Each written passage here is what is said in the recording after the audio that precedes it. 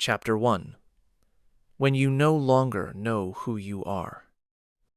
Sometimes you wake up and you don't know why. You're technically alive, your lungs are breathing, your body obeys, the world around you is still familiar, but inside there's a crushing silence. Not peaceful, but heavy and dim, pulling you into some kind of void. And suddenly a thought appears in your mind. I don't want any of this. Or, this will be just another day that brings nothing good. Does this feel familiar? You can sense that something deep within you wants to break through, but you can't reach it. As if there's a whole universe behind a wall, and you've forgotten where the door is. Worse yet, you're not even sure what side of the wall you're on. This feeling visits anyone who's ever asked themselves, who am I? Where am I going? Why does all of this feel meaningless? But hear this, it's not weakness. Quite the opposite. This is the turning point. It's not your rational mind speaking that one is busy justifying, analyzing, and explaining why things are the way they are. This is your subconscious speaking. And it doesn't shout. It whispers. Sometimes it says nothing at all, like the ocean before a storm. But in this moment, you have a chance. A chance to hear your real self, the one that's been drowned out by the noise of the outside world. It might feel like you've lost control, like your life is shattering into pieces, like a mirror smashed by someone's careless hand. But what if this isn't the end? What if it's the beginning? Because when everything external falls apart, one thing remains: the internal. And inside you, there's something extraordinary. A vast force. Your subconscious. It's not just a dusty attic of memories and fears. It's a force. A compass. A resource we turn to the least, but the one that can change everything. But there's a catch. We've forgotten how to access it. We've been taught to memorize, analyze, obey logic, but not to listen. Not to hear the inner voice, read the signals of the body, or trust intuition. Here's the good news. I'll help you remember how it works. And now, maybe right now, when you feel broken and lost, you're actually closer to the entry point than you've ever been. Because pain and confusion aren't a dead end. They're a crack in the wall, and light is already beginning to seep through. Are you ready to look within? Chapter 2. The silent conductor of your life. You might not realize it, but every action you take, every word you speak, the pause between your words was already set in motion long before you became aware of making a choice. You think you're making decisions? In part, yes, but the greater part of your behavior is guided not by the conscious mind, but by something deeper, your subconscious. Think of the subconscious as a hidden operating system. You see the desktop, the icons, hear the clicks of the mouse butt. You don't see the thousands of processes running beneath the surface, and that's okay. The problem begins when you believe there's nothing beyond the desktop. From a psychological standpoint, the subconscious includes everything outside the spotlight of your attention that still shapes your life. Your childhood memories, your experiences, your traumas, your beliefs, your emotional reflexes, they all live there, beneath the noise.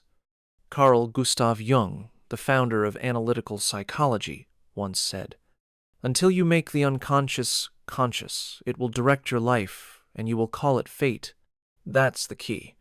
Because we say, nothing ever works out, or why do I always end up in the same kind of relationship? Or, how do I keep making the same mistakes? We call it karma, bad luck, coincidence. But the truth is, we are like compass needles, constantly pulled towards situations that mirror our inner script. If, for example, you grew up in a home where love came with control, your subconscious will associate control with affection. And again, you'll be drawn to people who dominate you. Not because you consciously want that, but because your subconscious whispers, this is safe, this is familiar, this is home. The subconscious doesn't think in logic. It thinks in images, sensations, and associations. That's its language. And that's why affirmations often don't work. You can repeat, "I've got this 100 times," but if deep down there's a belief that says, "I'm not worthy," and that belief will win. This is why the path to change doesn't lie in fighting yourself, but in learning to listen, not in silencing the signals, but in recognizing them. Transformation is not about becoming someone else. It's about finally seeing who you already are. This isn't mysticism. It's science. Modern neuropsychology confirms that most of our decisions, reactions, and emotional responses are triggered milliseconds before our conscious mind catches up.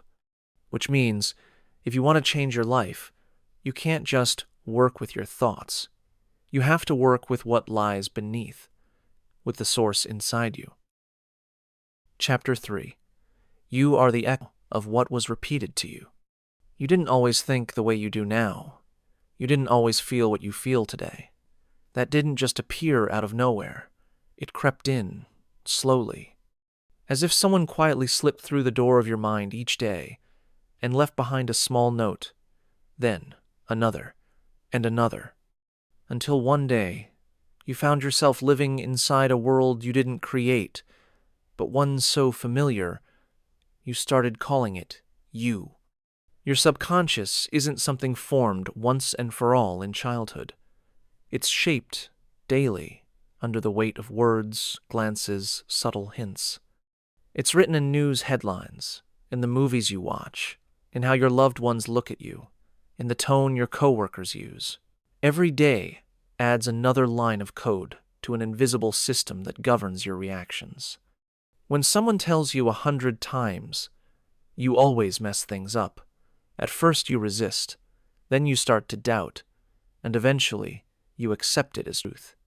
Not because you agree, not because it's fact, but because that's how the brain works.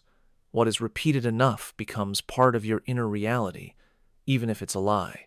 Psychologists call this the illusory truth effect. The more often you hear something, the more likely your subconscious is to accept it as real. And this doesn't just apply to negativity. It applies to everything. You were born a blank slate, no beliefs, no limitations. But if you grow up constantly hearing, "Don't draw attention to yourself," or "Life is a struggle," or "Dreaming is a waste of time," your identity will slowly bend under the weight of those words. Not because you're weak, but because you were trained, shaped. Every belief you carry within you isn't necessarily yours. Many are inherited fears, someone else's limitations, someone else's judgments, lodged so deep inside you they now speak with your voice. Think about how you respond to criticism, or to praise. Where do those reactions come from? Why does the same compliment fill you with warmth one day and make you uneasy or angry the next? That's your subconscious at work. It doesn't just record experiences, it interprets them, stores them, and eventually turns them into habits. That's why it's so important to ask, which thoughts are truly yours, and which are just echoes of someone else's voice? You don't have to be a continuation of someone else's patterns. But to break the cycle, you first need to see the cycle, to recognize it, and that alone will start to change everything. Chapter 4. The Subconscious Resistance to Change. You can know 1,000 times over that something in your life needs to change. You can memorize every motivational book, binge inspiring videos, even feel a surge of determination, but somehow, nothing actually happens. Everything slips back to the way it was.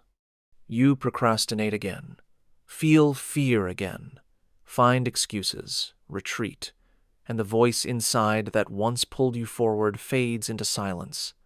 This isn't because you're weak, or lazy, or broken. It's because you have an invisible guard living inside you, one who won't let you step beyond the old, the familiar, the predictable. That guard is your subconscious. Its job is not your growth. Its job is your safety. And to your subconscious, anything new feels like a threat. even if that new is your dream, even if your rational mind knows it would be good for you. To the subconscious, change is a leap into the unknown, and the unknown means danger, danger of pain, danger of losing control, danger of being rejected, of feeling worthless, again. But here's the truth. None of that is guaranteed. These aren't facts. They're just old programs running in the background. That's why you feel stuck.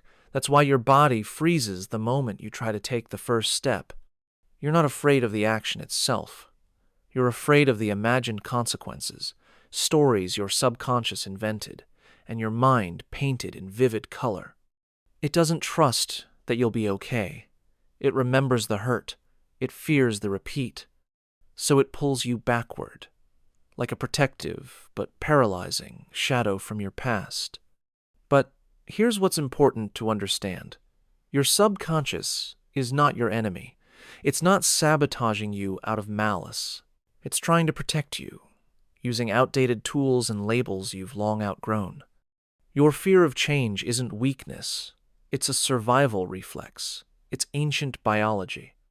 But you're no longer living in a forest where danger hides behind every tree. These days, the greatest threat isn't out there. It's the storm of anxiety inside you. So what can you do? Don't force yourself. Don't break your system all at once. Start by learning to make peace with yourself. Accept yourself, with all your imperfections, knowing they're not permanent. They're like dust that can be wiped away. Introduce change slowly. Give your subconscious proof. Look, we took a step, and nothing bad happened. Build a sense of internal safety. Don't kick yourself forward, hold yourself through it. Replace self-violence with self-care. Because your subconscious doesn't believe words. It believes experience. And every time you meet yourself with gentleness, support, and love, you're retraining it, teaching it. We grow without falling apart. Chapter 5. Cleansing. Imagine you've been living in an old house for years. The floors creak, the windows are fogged up, the walls reek of the past. You finally decided it's time for a renovation. But where do you start? Not with new wallpaper. You start by clearing it out, scrubbing it down, throwing the old stuff away. It's the same with your subconscious. Cleansing isn't some lofty philosophy. It's a discipline. It's action. It's a decision. I'm done dragging this shit around with me. Old mental programs don't vanish just because you realize they're there. They're stubborn, clingy. Some of them you've repeated to yourself thousands of times until they soaked into you like smoke in a curtain. To clean them out, you need a process. Intentional, consistent. Here's how. Step 1. Bring the dirt to the surface in writing. Set aside time. Grab a notebook. Give it an honest title. What's poisoning my mind? Write down everything you hear inside your head. No filters. Nits. Phrases that loop in your thoughts. Judgments. Self-criticism. The voice that picks you apart. Your fears. Your doubts. Do this daily. You've been archiving this stuff for years, you just haven't read the files yet. Step 2. Trace it back to the source. Every phrase you write down didn't just appear. Where did you first hear it? Whose voice is it? A parent, a teacher, someone from the past. You can even label them mom, grandma, classmate, television. It helps you realize you weren't born with this, it was installed. Step 3. Create opposite beliefs, but don't lie to yourself. Don't replace "I'm an idiot" with "I'm a genius." Your subconscious will roll its eyes. Say something it can believe. I'm learning to think clearly. I can figure things out if I give myself time.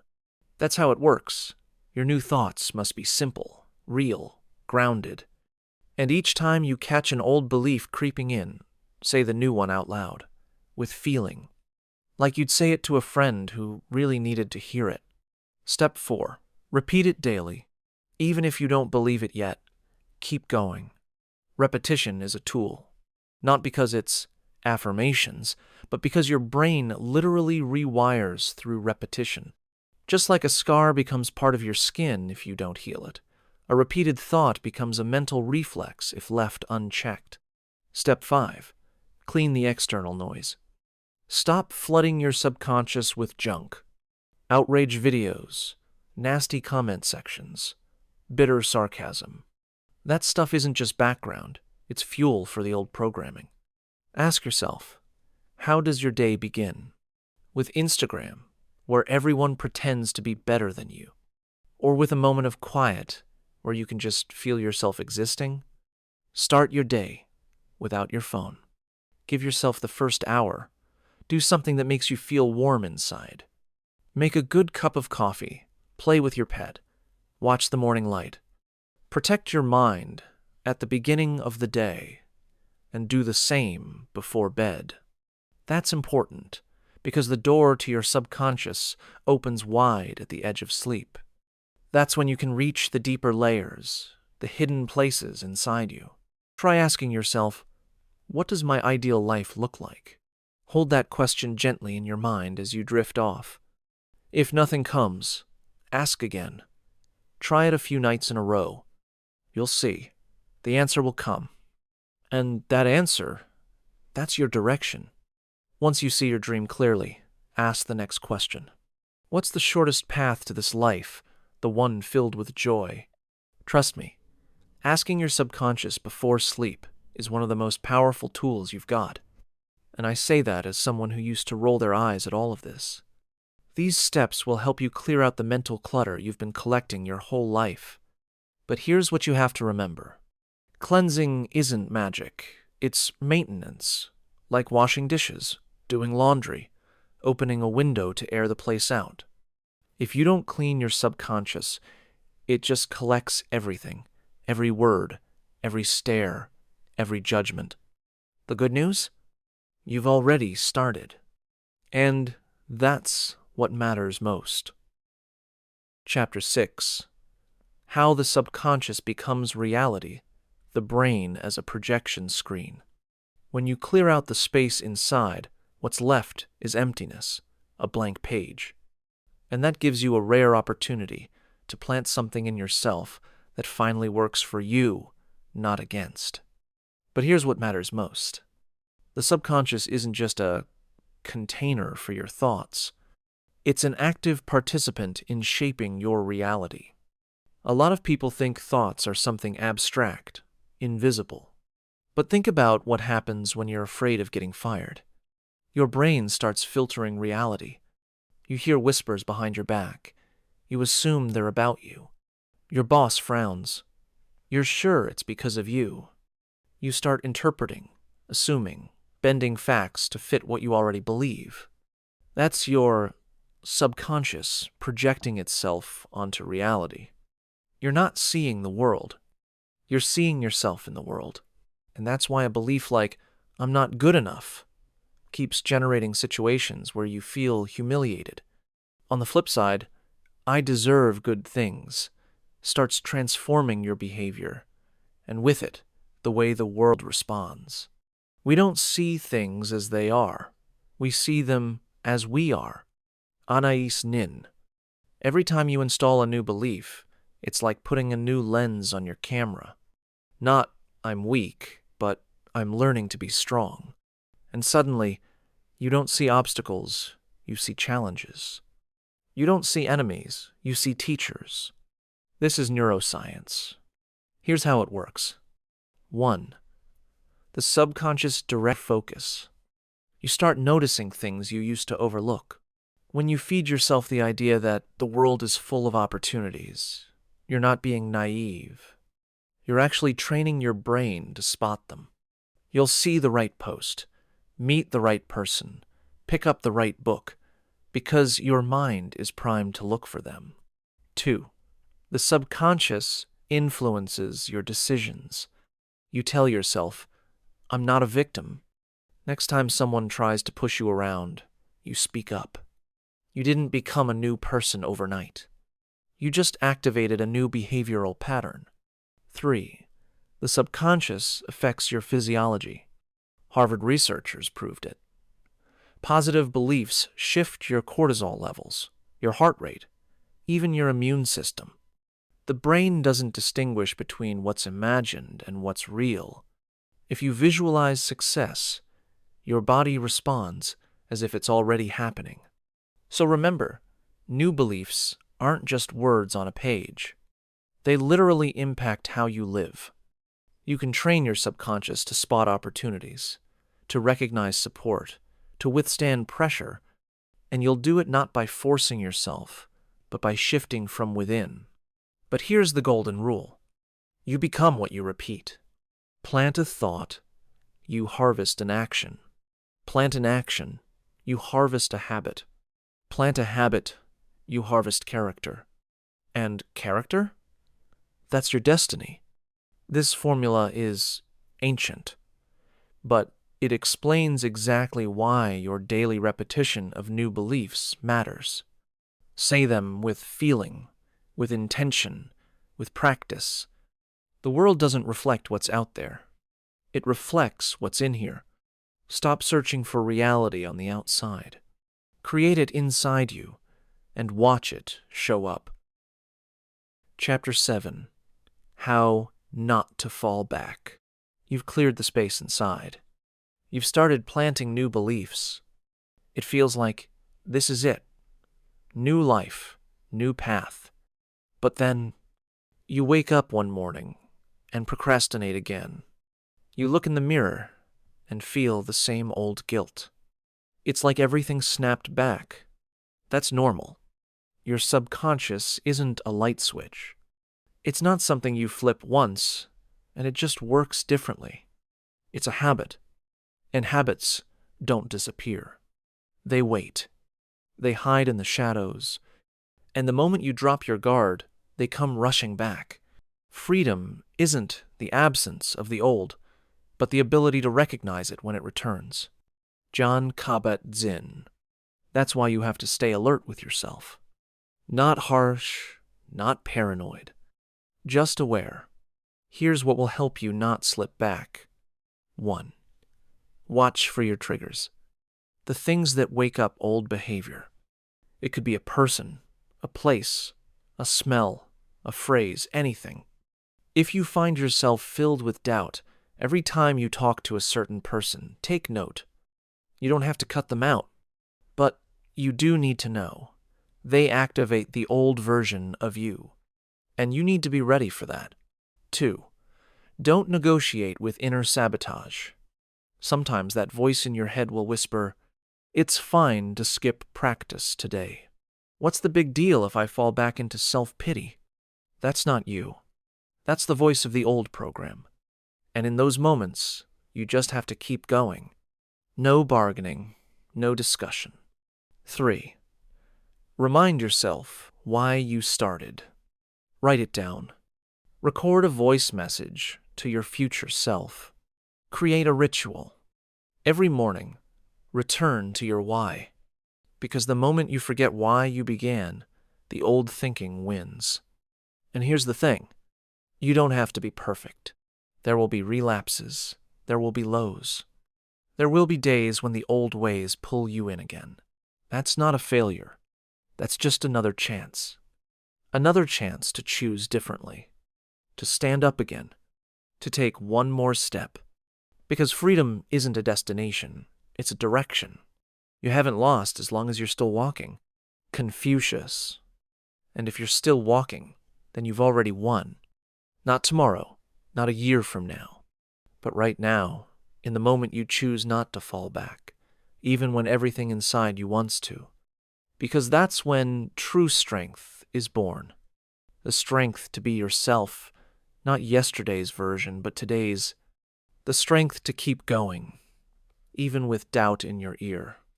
The strength to remember you're no longer who you used to be. Chapter 8. You can. How many years have you been getting in your own way? How many times have you taken a step forward, only to drag yourself back again? How many times have you started, then immediately found a reason to stop? How many times have you shut yourself down, and didn't even notice you were doing it. It's time to admit the truth. You're not your own enemy. You're not weak. You're just tired. Tired of fighting yourself. Tired of never feeling good enough. Tired of the constant anxiety, the perfectionism, the endless comparisons. Tired of the guilt you carry like an old coat, one you've worn so long, you don't even remember where you got it. Enough. Here's the truth. You've already done more than you think. You've already realized the old mindset doesn't work anymore. You've already seen how your subconscious operates. You've learned to be honest with yourself. You've learned to actually hear yourself. You've come a long way, even if it feels like you're standing still. But now comes the most important part. Get the f*** off your own back. Yes, exactly like that. No sugarcoating, no gentle phrasing. Just get the f*** off your own back. Seriously, do it. Stop tearing yourself apart. Stop demanding so much. Stop doubting every move you make. Stop listening to that relentless inner voice that's never satisfied. You don't have to have it all figured out. You don't need to be some polished, filtered Instagram version of yourself. You don't owe anyone anything, except maybe this. Get the f*** off your own back and start enjoying your life. With the mistakes, with the pauses, with the tired days, but above all, with a smile. Make yourself a promise. I'm done being my own executioner. I choose to be my own home. This isn't a motivational quote. This isn't some fluffy affirmation. This is your new reality. You can be a home to yourself. You can be your own support system. You can be yourself, not in conflict, not in doubt, but in peace. But for that, you need to let go. Stop forcing yourself. Stop obsessing over what if and what could go wrong. Get the f*** off your own back, and you'll see what peace feels like inside. No anxiety. No panic. No racing clock telling you you're always behind. And you know what happens when it gets quiet inside?